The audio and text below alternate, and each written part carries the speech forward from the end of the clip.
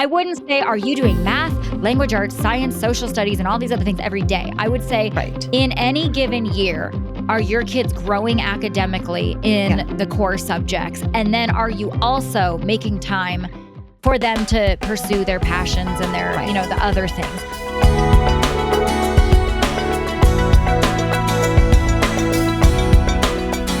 How do you know you're doing enough in your homeschooling? I love that question. And it's one that I think every single homeschool mom asks herself. Yep. And I would say usually the mom that asks that is already doing enough, right? Yeah. Those are usually the moms that are doing too much and they need to maybe back off a little bit. That's usually what I find. The mom that asks that is usually already doing more than enough. Right. Yeah. Because she's thinking through, know, what needs to be done.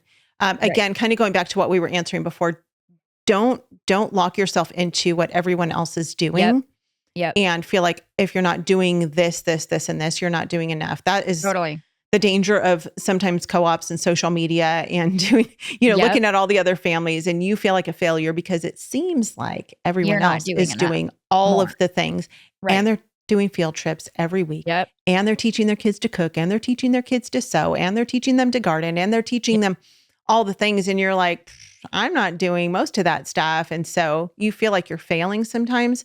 Right. Don't feel that way. Don't compare. Trap, usually. Exactly. Don't compare yourself to others.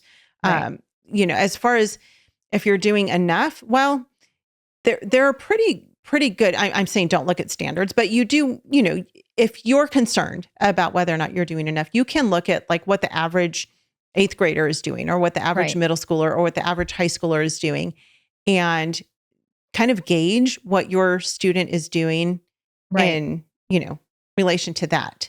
So, and I would say not on a day-to-day basis, on a year-to-year basis, right? Yes. I wouldn't say, are you doing math, language arts, science, social studies, and all these other things every day? I would say in any given year, are your kids growing academically in the core subjects? And then are you also making time for them to pursue their passions and their, the other things over the course of a year? That's what I would I would say, right? Right. Yes. And you have to remember it's not all about the academics. Correct. It's also a huge part of homeschooling is about the relationships. It's about, serving in your church or at your local pregnancy center. It's about sometimes playing sports. If you've got an athlete, it's if you have an artist, it's taking art classes and learning from others.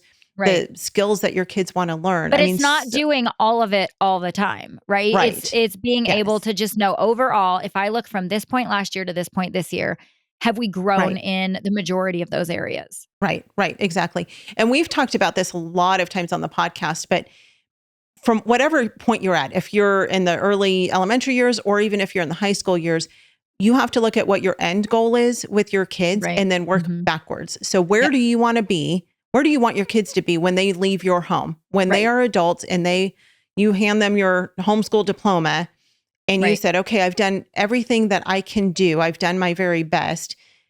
Here's where we want our kids to be in the end. And not just academically, but not just academically. Spiritually, relationally, exactly. All of those things. Yep. And then work backwards from there. And, that's what I've tried to do with my girls. And it's not like you have this perfect blueprint and formula that's going to work out exactly as you want, but at least you have goals. It's that GPS that we're using. You've got to know where your destination is in order to know how to get there. So look at what your destination is. Where do you want your kids to be? Where do you want your family to be when they turn 18, when they leave your home, maybe at the age of 20 or 25, where do you want them to be? And then work back from there. So, but just don't compare to everyone else, because that's a really easy thing to get caught up in. Always make you feel like you're never doing enough, right? Yes, every time. That's a sure way of knowing.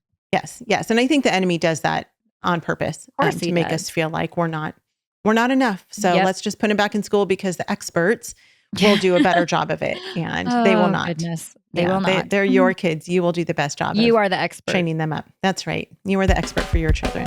Homeschool Insights is sponsored by CTC Math. If you're looking for a great online math program, visit ctcmath.com and try it for free. For more great homeschool inspiration and resources, listen to the Schoolhouse Rocked podcast every Monday, Wednesday, and Thursday.